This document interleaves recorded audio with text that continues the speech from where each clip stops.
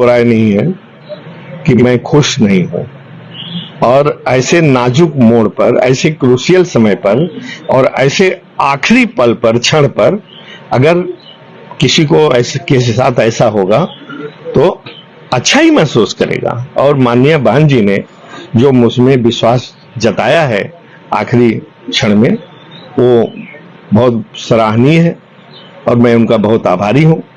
और आगे जौनपुर की जनता के साथ कमर कसकर हमेशा खड़ा रहूंगा।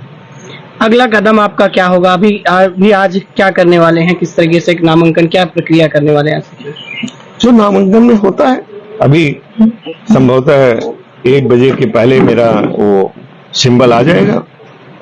1 बजे का टाइम रखा है, आसपास थोड़ा मोड़ी देर भी हो सकती है। हम बहुत साधारण ढंग से जाएंगे।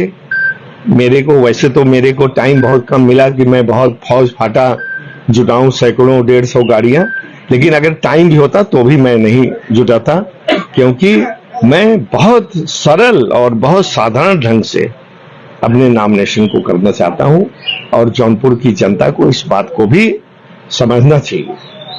सांसद जी, आप वर्तमान में सांसद थे, फिर आपका टिकट काट करके उन्होंने श्रीकला को दे दिया, क्या कारण रहा होगा? नहीं, मेरा टिकट, इसके पीछे एक बैकग्राउंड है। मैं खुद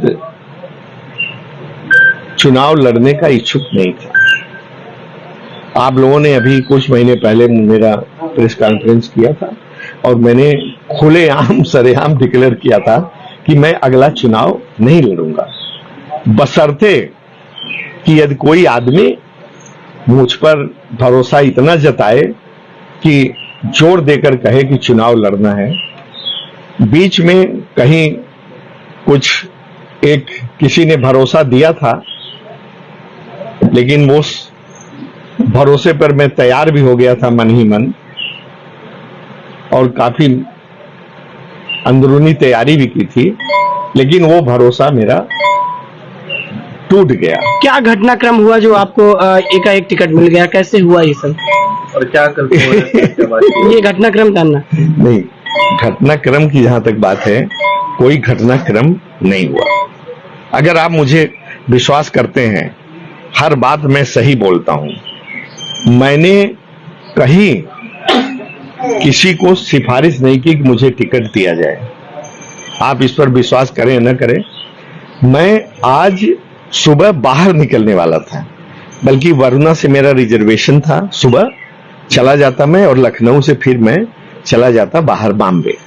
लखनऊ में कुछ काम था, लेकिन रात को मैं इसलिए जल्दी सो गया था कि 5 बजे उठ करके ट्रेन पकड़ूं। तो मुझे रात को माननीय बहन जी का टेलीफोन आया कि तुम्हें चुनाव लड़ाना चाहती हूं, तैयार हो? हमने कहा अगर आपका आदेश है तो मैं एकदम तैयार हूं।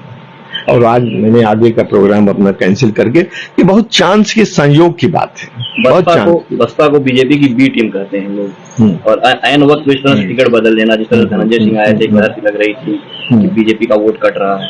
आप क्या लगता है, आप भी काट पाएंगे? आप कहते हैं, लोग कहते होंगे, लेकिन मैं तो ऐसा नहीं मानता। ठीक है, बसपा पिछली बार भी मैंने जीत दर्ज की थी जौनपुर की जनता की बदौलत, सपा गठबंधन। हाँ, और देखिए, मैं कहता हूं कि इस बार भी एक ज्योतिषी की भविष्यवाणी है कि अगला एमपी, वो महीनों पहले कह दिया था कि अगला एमपी जौनपुर का आपको ही होना है, देख करके। तो मैंने कहा जब मुझे टिकट ही नहीं मिला तो मैं एमपी कैसे होगा? तो उसने कहा कि अब इसके बारे में तो मैं नहीं कह सकता, लेकिन मेरा गणित, मेरी विद्या यही कहती है। और जब मैंने फिर टेलीफोन किया, कल टिकट का, आज आखिर नॉमिनेशन की कल किया, कि हमने कहा कि आप तो कह रहे थे तो अगला एमपी मुझे होना है, तो और आज कल लास्ट डे है, अभी तक कहीं से कोई सुगबुगाहट नहीं है। तो उसकी बात तो मुझे लगता है कि सही होती दिख रही है मुझे, क्योंकि 1 बजे मुझे एकाएक माननीय बहन जी का टेलीफोन आया और मुझे कहा गया कि मैं आपको लड़ा। श्रीकला का टिकट कटा, कितना नुकसान आपको मिल पाएगा इससे अचानक? अब इससे क्या हम असेसमेंट अभी कर पाएंगे कि उनका टिकट करने से मुझे तो लगता है कि सब लोग, मुझे तो लगता है कि सब लोग मेरे साथ ही रहेंगे। नहीं, क्या इसका भी लाभ मिलेगा? कोई बहुत जरूरी फोन है मेरे लिए।